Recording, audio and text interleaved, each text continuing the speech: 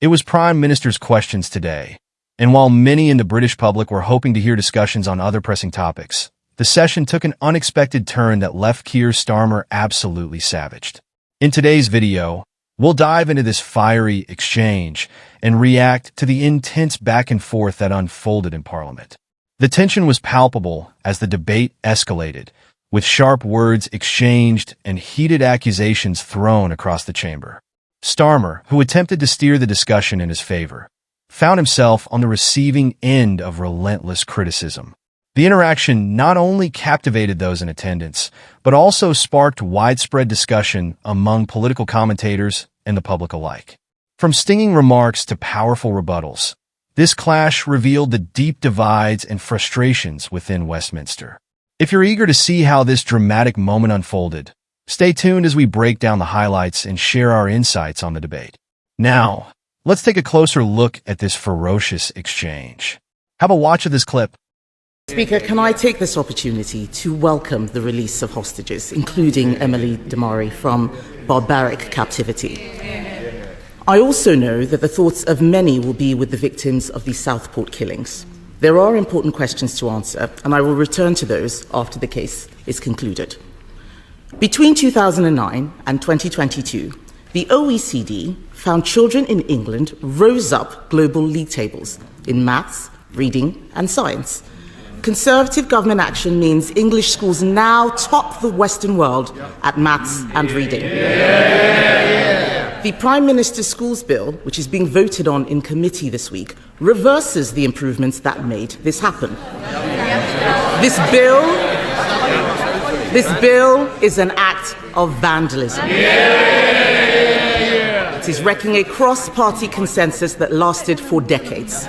Why does the Prime Minister think that so many school leaders are criticising this bill? Prime Minister. Mr. Speaker, it was Labour that introduced academies in the first place to drive up standards. Academies are here to stay and will continue to drive up standards. That's what the bill is about. But also in that bill are important provisions for protecting children, including a provision to stop abusers taking children out of school, a unique identifier to ensure the whereabouts of all children are known. What did the Leader of the Opposition do? She instructed all of them to vote against those measures. Voting. He didn't even bother voting on that bill, Mr. Speaker. And he talks about safeguarding measures. That's not what the issue is. It's about the reforms that he is changing. We have an example of where these reforms were not introduced. Wales, which has been under Labour control for 2 decades. Welsh educational outcomes have tumbled down international league tables. Poor children in England now do better than wealthier children in Wales. This bill denies children the guarantee that their failing schools will be turned into a better academy. It is an attack on excellence, it is an attack on higher standards, it is an attack on aspiration. This bill is the worst of socialism, Mr. Speaker, and isn't it deprived children in England who will pay the price?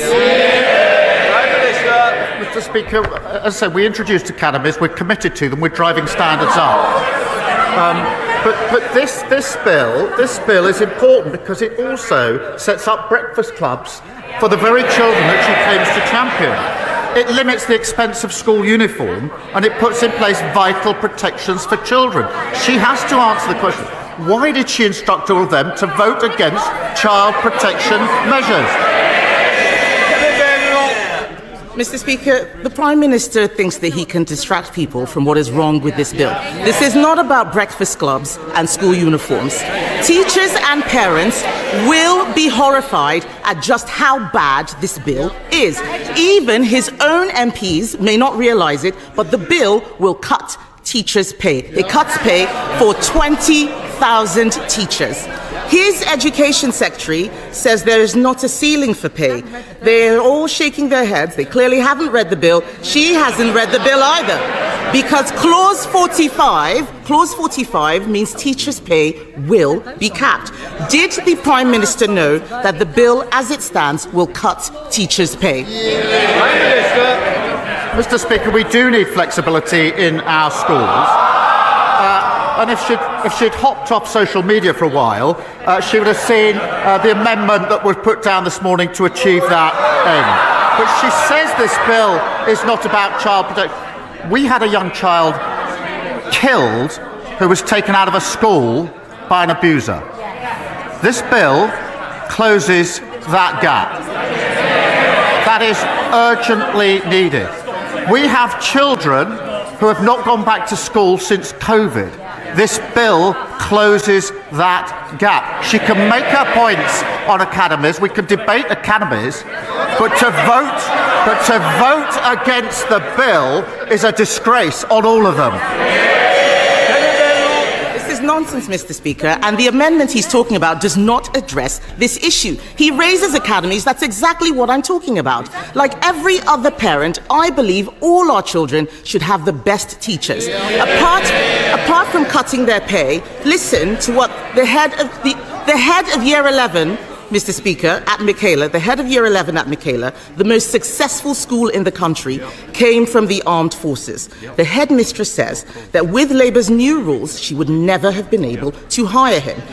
Those are the academy freedoms I'm talking about. This bill would have blocked that veteran from teaching. The bill implies that doctors are not sufficiently qualified to teach biology, that Olympic medalists can't teach PE.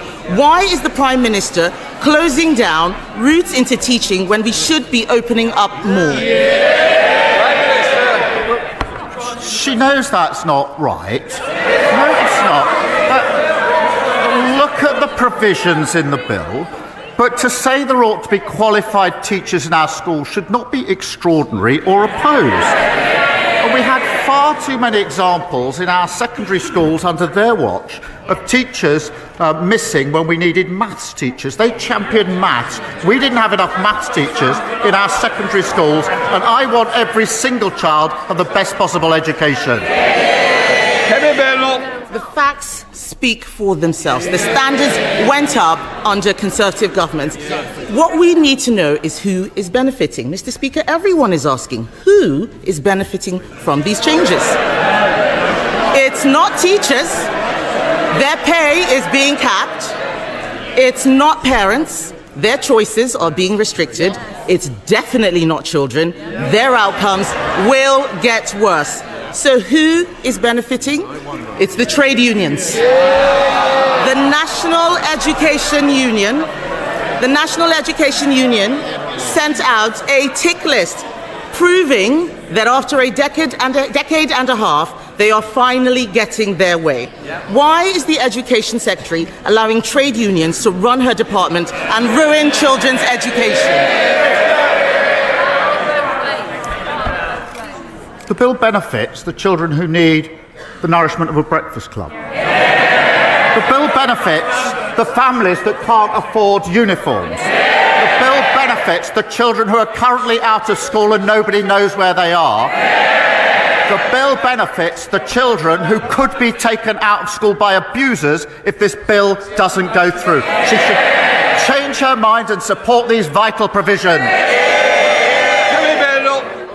The Prime Minister needs to get out more and speak to schools. I was at the Harris Academy just this month, and what are they saying? That this bill reverses 2 decades of progress, imposing Labour's new curriculum on every school, taxing the education of children with special needs, excluding talented outsiders. The closed shop is back.